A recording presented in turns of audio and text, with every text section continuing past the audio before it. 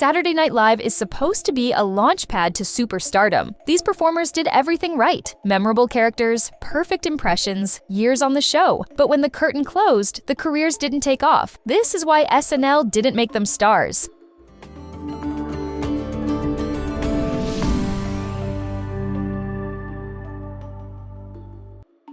Darrell Hammond spent years being everyone else, and that's exactly why he never became the star. Brought into SNL alongside future household names, Hammond became the show's go-to man of 1,000 voices. He vanished into hyper-real impersonations of presidents, news anchors, and TV icons so completely that audiences focused on the impressions, not the performer behind them. Sean Connery, just pick a category.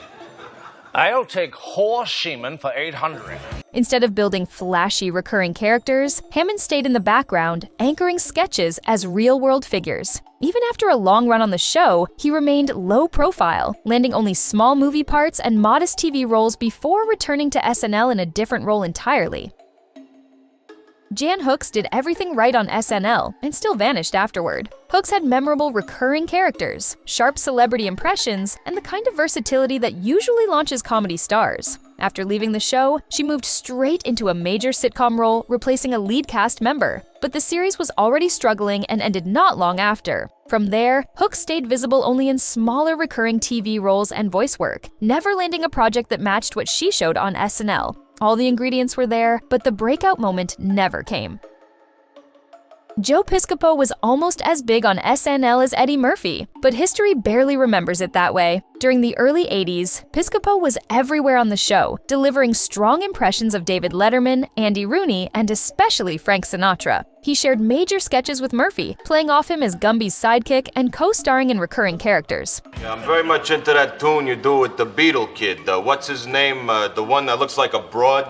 When Piscopo left SNL, he stepped straight into a starring movie role. The film failed at the box office, and instead of launching a new phase, his career shifted into smaller TV roles, stand-up specials, and projects far removed from SNL stardom. Garrett Morris helped make TV history, but never got the career boost everyone expected. As one of the original SNL cast members, Morris delivered some of the show's earliest standout characters, from the loud Weekend Update translator to baseball player Chico Esquela. He even became the first actor to portray Ant-Man in an SNL sketch. You don't remember me? We met several times. It's Ant-Man. While many of his fellow originals went on to dominate film comedy, Morris's post-show work leaned towards smaller movie roles and steady television appearances. The visibility never turned into a defining breakout, even after being part of TV's most influential comedy launch. Paul Brittain arrived on SNL fully formed, and then vanished without warning. Joining the cast at 33, Brittain quickly stood out with original characters like Ed Vincent, Goran Funky Boy Bogdan, and Lord Cecil Windermere. This is Cecil. I want sweets! What? Despite the early momentum, his time on the show ended abruptly when his contract wasn't renewed mid-season, leading to a quiet exit. After SNL, Brittain's career shifted into scattered small roles, voice work, and brief appearances on sketch shows and sitcoms. None of it turned into a defining project, leaving his SNL run as the peak of his visibility. Charles Rocket was positioned as the next big SNL star. Then one moment changed everything. Brought in during a shaky new era of the show, Rocket was heavily promoted and even had his own recurring segment, The Rocket Report. But during a live sketch parodying a popular TV mystery, he let an uncensored expletive slip on air, breaking FCC rules. The fallout was immediate, and Rocket soon lost his spot on the show. After SNL, he worked steadily in Hollywood, often cast as smug villains or jerks in comedies, but the breakout career once predicted for him never arrived.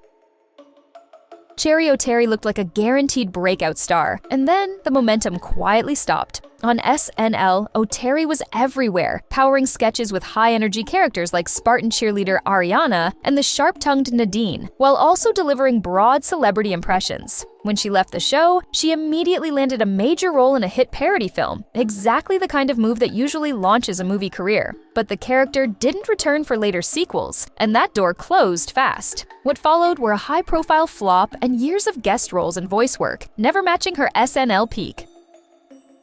Jerry Minor kept brushing up against big moments, but never grabbed the brass ring. His SNL run lasted just one season, yet he still managed to stand out with the talk show parody Rap Street and recurring Weekend Update appearances. Before and after SNL, Minor stayed busy in well-known comedy circles, moving between sketch shows, parody series, and sitcoms. The roles kept coming, but they were often short-lived, recurring, or tied to shows that didn't last long. Even with steady work and memorable characters, none of it turned into the defining breakout that SNL is supposed to deliver. Ellen Cleghorne did exactly what SNL stars are supposed to do, and still watched it fall apart. During the early 90s, Cleghorne stood out with offbeat characters like Queen Kanequa and Zoraida the NBC page, while also portraying real-life news figures. She chose to leave SNL when a new network handed her a rare prize, her own sitcom. For most cast members, that's the dream exit. But the show struggled, was canceled after one short season, and the momentum disappeared. After that, Cleghorne's work became sporadic, and the major breakout never returned.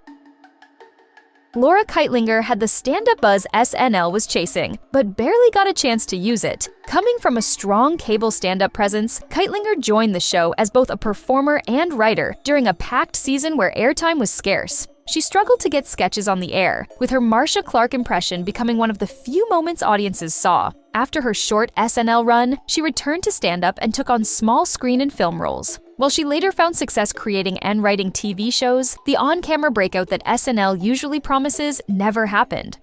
Maybe marriage is in my future. Well, I certainly envy the lucky guy that winds up with you there, Laura. You do, Nora? Yeah. Tim Kazurinsky spent his SNL years stuck in someone else's shadow. During the early 80s, the show revolved around Eddie Murphy, leaving solid performers like Kazurinsky fighting for attention. Still, he created multiple recurring characters, from pun-loving Weekend Update scientist Dr. Jack Badofsky to offbeat figures like the Iguana and a man married to a chimp in a soap opera parody. After leaving SNL, Kazurinsky found steady work playing nerdy roles in comedy films, including multiple sequels in a popular franchise. Behind the scenes, he shifted into writing, building a quieter career that never matched his on-screen SNL visibility.